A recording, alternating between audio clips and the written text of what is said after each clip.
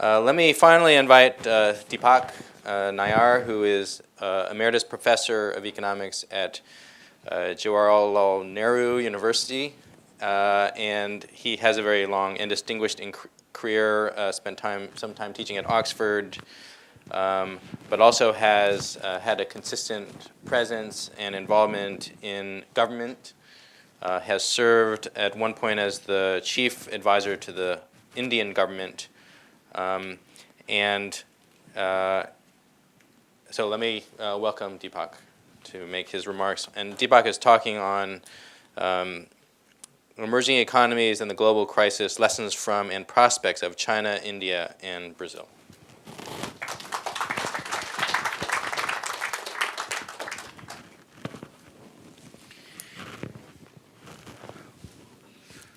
At the outset, I'd like to thank HKUST for the invitation to be here this morning. And I'm very pleased to be here at the beginning of what is a very special initiative supported by Ernst & Young, because in a sense, it is about the future of the world economy. Now, in my presentation this morning, and forgive me, I'm not going to use the PowerPoint. I'm going to rely on the old-fashioned spoken word.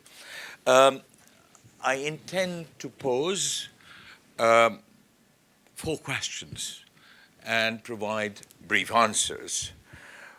First, why was the impact of the financial crisis and the Great Recession that followed in its aftermath less adverse on some emerging economies and some parts of the developing world? And why was their recovery significantly faster than industrialized countries or developing countries? Second, can emerging economies then drive recovery and turn into engines of growth for the world economy? Third, if not, and my answer is no, then how might developing countries address the problem in their respective national contexts? Not simply to mitigate the impact of the persistent recession, but to contemplate insurance, as it were, in the future. Fourth, I will consider the potential for and the constraints on growth in emerging economies. And in conclusion, I will do some thinking about India, the challenges that face India, and I hope that we can continue that in the panel discussion. Now, the adverse impact of the financial crisis and the Great Recession on output and employment in the industrialized world and in the transition economies was substantial, while the developing world did not fare as badly as might have been expected. Some market economies in the European Union, we know, particularly Portugal, Ireland, Greece, and Spain, as also the transition economies in Europe, are in deep trouble. These countries have large external debts relative to foreign exchange reserves or domestic financial vulnerabilities in the private sector, which have been shifted to the government sector through bailouts. But there is a sword of Damocles that hangs. Many of the high-income emerging economies were also adversely affected. South Korea, Taiwan, Hong Kong, and Singapore, as also Mexico and Turkey, which were highly dependent on the US and the European Union for their manufactured exports, were hard hit to begin with. Similarly, Chile, Malaysia, and Thailand also experienced a contraction in GDP, partly as a consequence of the sharp decline in their exports.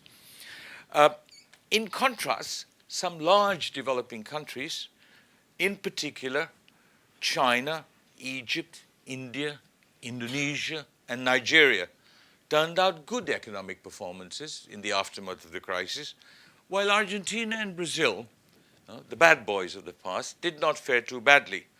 Apart from these large emerging economies, surprisingly enough, some parts of the developing world, such as South Asia, North Africa, and much of sub-Saharan Africa, fared better than might have been expected. But that is not all.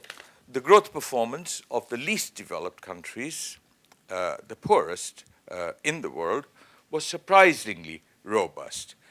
In some, growth slowed down everywhere, but remained positive in some countries and some regions, particularly the emerging economies. Now, given the diversity of countries in the developing world, it is difficult to provide a general explanation for the unexpected resilience of some economies following the global crisis. But it is worthwhile, I think, to focus on three emerging economies: China, India, and Brazil, which is what I intend to do, that weathered the storm. The impact was less adverse, the recovery was faster. Now, it is not as if these three were immune from the crisis in the world economy. The impact on some sectors of these economies, particularly those that were export dependent, was devastating in the short run.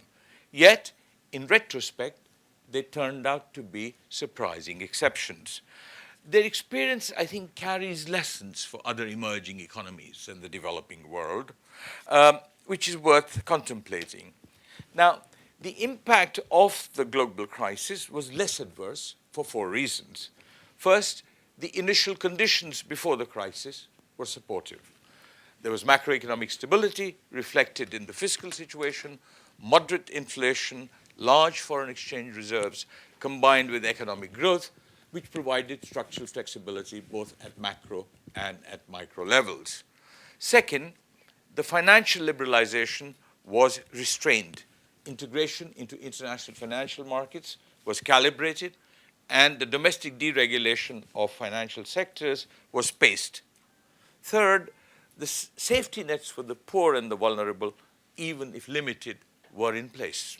China has always had social protection. India had the National Rural Employment Guarantee Program. Brazil had Bolsa Familia.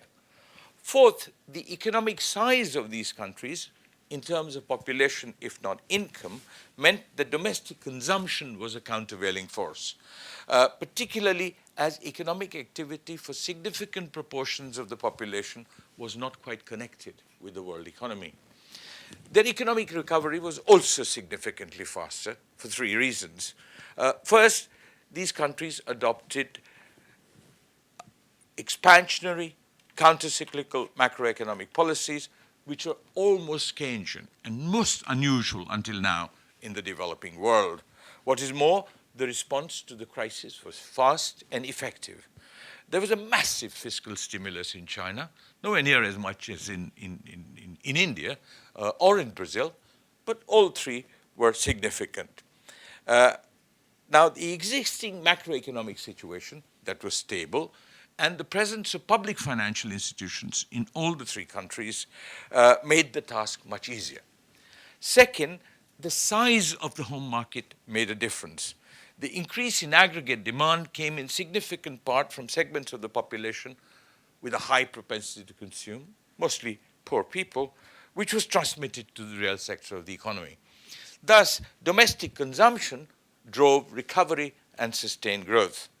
Third, their financial sectors were less fragile and more regulated than elsewhere, did not absorb scarce resources from stimulus packages or recapitalization bailouts, so that easier monetary policies meant lending for investment to the real sector in these economies rather than the creation of financial asset bubbles, yet again, as happened elsewhere.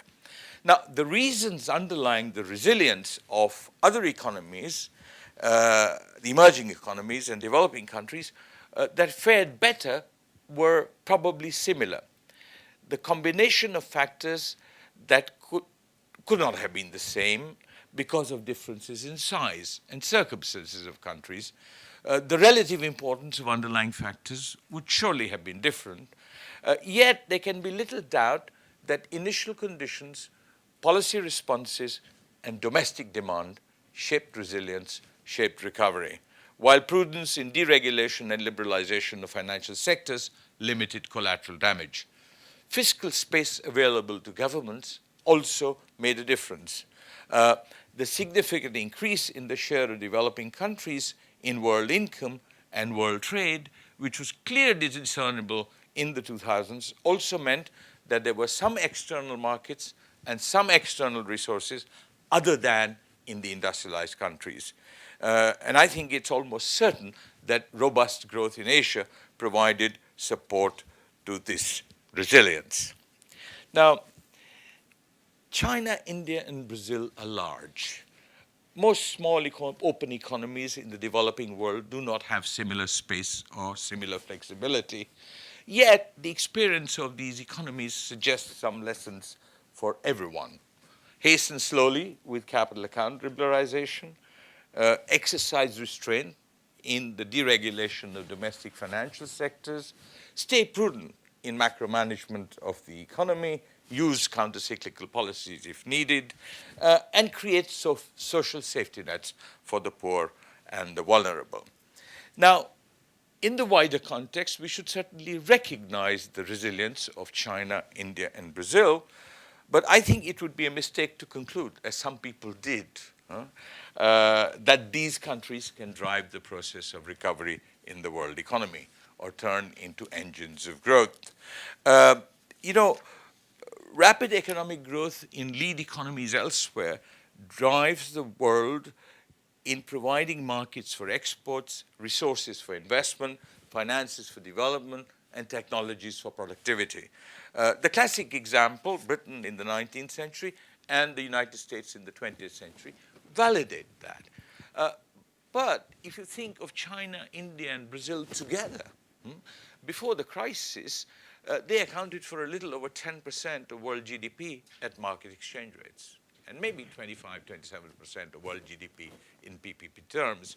Now, given this reality, economic growth in China, India, and Brazil can provide only a limited stimulus to growth elsewhere, as in large part as markets for exports. But these countries are not engines of growth, at least yet, in other dimensions.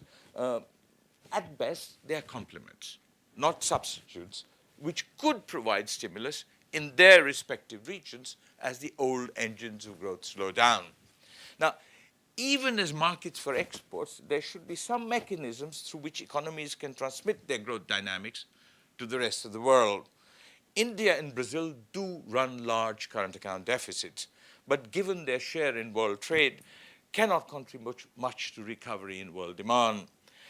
China has a far larger economy and a far larger share of world trade, but it has a big current account surplus and a massive balance of trade surplus. In principle, China could stimulate growth elsewhere if it reduced its trade surpluses, its current account surpluses. But even this transformation, I think, cannot suffice. The import content of Chinese exports is 50%, while the import content of domestic consumption is only about 10%. It would seem that China is a major importer, but not a major market. Thus, other things being equal, a 100% shift in the composition of aggregate demand from exports to domestic consumption would reduce Chinese imports by $40. China cannot turn into an engine of growth for the world, even as a market for exports. It would then be essential for developing countries, if the recession persists, to address the problem as best as they can in a national context. Now, ironically enough, I think there is an opportunity in this crisis for emerging economies in terms of rethinking policies and rethinking development. First, there is both need and opportunity to reflect on macroeconomic objectives and macroeconomic policies. Such a rethinking must begin by redefining policy objectives. In the short term or in crisis situations, the prime concern should not be the stability of prices alone. The stability of output and of employment is just as important. In the medium term or in normal times, the essential objective of macroeconomic policies cannot simply be management of inflation or elimination of macro imbalances. It should be just as much, if not more, about fostering employment creation, and supporting economic growth. And this rethinking needs to extend to policy instruments. So fiscal policy is not just about reducing government deficits. It's about the quest for full employment, about supporting economic growth. Monetary policy is not just a means of combating inflation through interest rates. It's a very potent instrument using the volume and price of credit to support growth. In other words, macro policies should not be about the short term alone, but must be something that is consistent with long-term development objectives. Second, there are important lessons to be learned from the experience of financial deregulation and capital account liberalization about what should not be done. Now, it's clearly essential to learn that financial deregulation, such as doing away with the distinction between banking and non-banking financial intermediaries, the Glass-Steagall Act in the United States, is fraught with risk. At the same time, in thinking of integrating into international financial markets, that it would be wise to hasten slowly with capital account liberalization. For the same reason, it is unwise to rely on portfolio investment flows to finance current account deficits, because portfolio investment represents the intersection of two somewhat thin, very unstable markets in developing countries, even emerging economies, namely foreign exchange markets and stock exchange markets. Third, it is essential to rethink the relative importance of the external and the internal in the process of development. We need to recognize that the domestic market is critical in the process of development, and external markets are at best complements, but cannot be substitutes for domestic markets, even in smaller countries. Of course, the validity of my argument does depend on the size of the country. Even so, domestic markets are at one level constitutive of development, because it means that ordinary people have the purchasing power, and at another level, instrumental in the process of development, because they can drive processes of growth. So wages are costs on the supply side. Everyone worries about that. But wages are also income on the demand side, which can support growth. Okay? Now, let me turn to my fourth and last question before I conclude with India. Is it then possible to speculate or hypothesize about the future of emerging economies in the world economy? Now, there are underlying factors which suggest a strong potential for growth, but there are also real constraints on future growth. There's the good news and the bad news. The economic determinants of potential growth in emerging economies are a source of good news. And in principle, these countries may be able to not just maintain and sustain high rates of growth for some times to come, for the following reasons. First, their population size is large, which is a possible source of growth, and their income levels are low, which means that the possibilities of growth are that much greater. Second, their demographic characteristics, in particular, the high proportion of the young in the population, and that's beginning to change in China slowly, would mean an increase in their workforce for some time to come, which are both conducive to growth, provided that these countries spread education to create capabilities amongst people.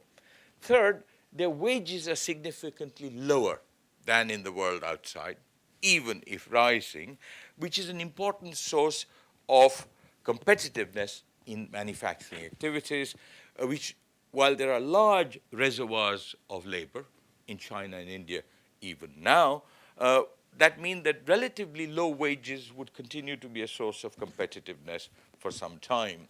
And fourth, the potential for productivity increase is considerable at lower levels of productivity to start with.